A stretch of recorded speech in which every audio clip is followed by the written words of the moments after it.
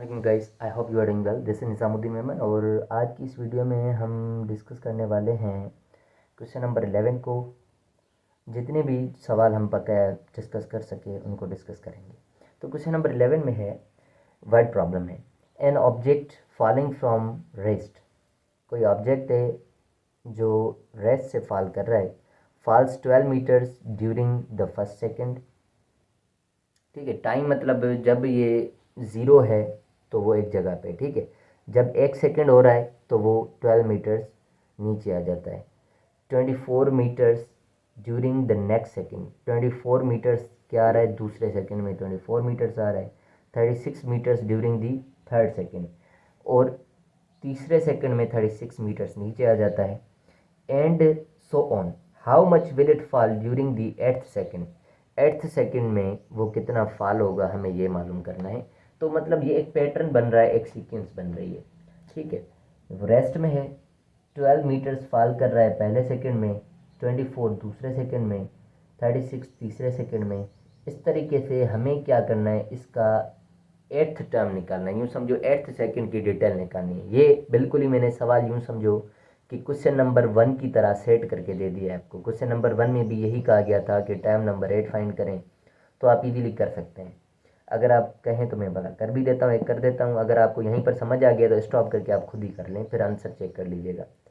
तो क्या करने लगा हूँ मैं, A1 का वैल्यू मेरे पास 12 है और D का वैल्यू हमारे पास 24 में से जब 12 माइनस करेंगे वो भी हमारे पास 12 आ रहा है, तो D का वैल्यू हमारे पास क्या है, 12।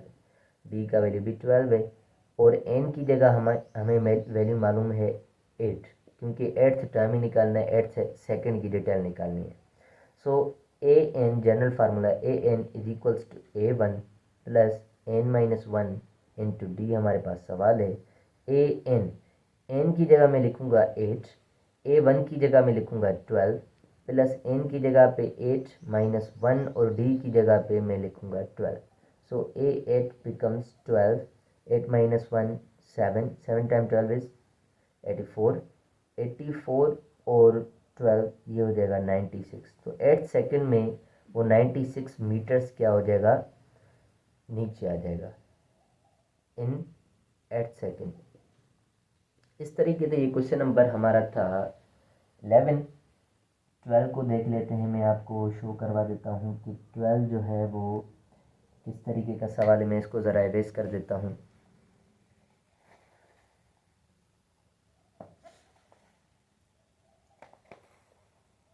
क्वेश्चन नंबर 12 है, a man deposits 13,000 in a bank. एक बंदा है जिसने 13,000 जमा किए हैं बैंक में। इन द फर्स्ट मंथ, पहले महीने में, ₹14,500 इन द सेकेंड मंथ, और दूसरे महीने में इसने 14,500 जमा किए हैं। 16,000 इन थर्ड मंथ, और 16,000 किए हैं तीसरे महीने में। सो ऑन, ऐसे करते जा रहा है। ठीक है, find how much he has to deposit in the bank at the end of a year. तो ये भी सवाल हमारा इसी तरीके से, मैं जस्ट आपको इसको कन्वर्ट कर दे रहा हूँ, आप इसको बाकी कर लीजिएगा, ये आपकी असाइनमेंट होगी। क्वेश्चन नंबर 12 है, पहले महीने में 13,000 जमा कर रहा है, दूसरे महीने में 14,500, तीसरे महीने में 16,000। ठीक है, ये 12वें महीने में 8/12 मतलब यूँ निकलना है। अब ये मैंने सवाल कन्वर्ट कर दिया है, आप इसको खुद ही देख लीजिएगा। क्वेश्चन नंबर 13 देख लेते हैं। A boy saves 200 at the end of first week. Question number 13, a boy saves 200 at the end of first week। एक बच्चा है जो, लड़का है जो क्या कर रहा है, 200 रुपये जमा कर रहा है पहले वीक में, एक हफ्ते में 200 रुपये।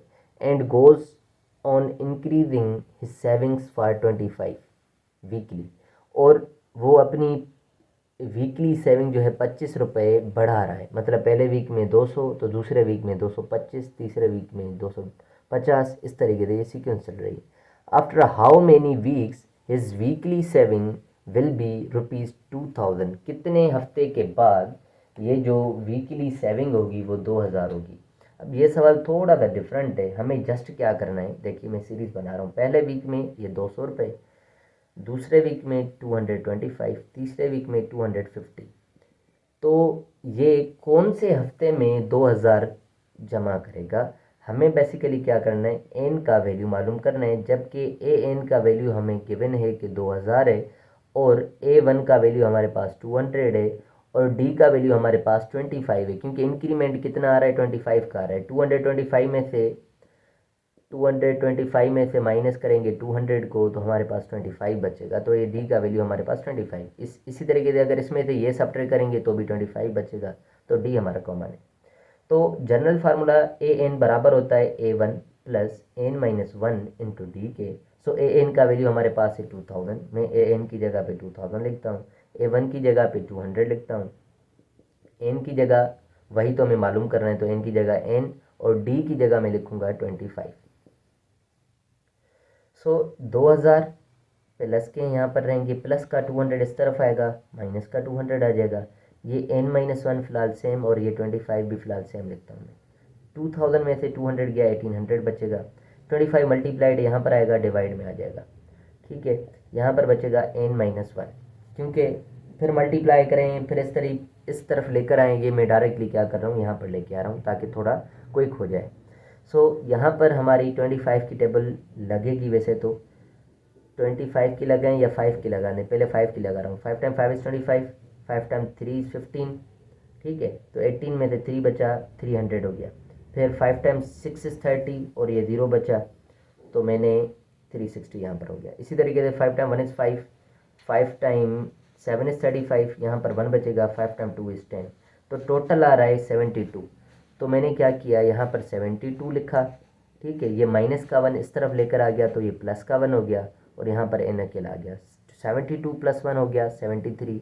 तो ये हमारे पास क्या आ रही है, एन की वैल्यू आ रही है, जो कि हमारा इस क्वेश्चन का आंसर होगा कि वो 73 वीक्स में जो है 2000 रुपये रखेगा। कौन से वीक में, 73rd वीक में जो है वो 2000 सेव करेगा। सो गाइज़, ये हमारा क्वेश्चन नंबर 13 था और इस क्वेश्चन के साथ हमारी ये एक्सरसाइज भी ख़त्म होती है। मिलते हैं नेक्स्ट वीडियो में नेक्स्ट एक्सरसाइज के साथ। So thank you so much for watching my videos. अल्लाह हाफिज़।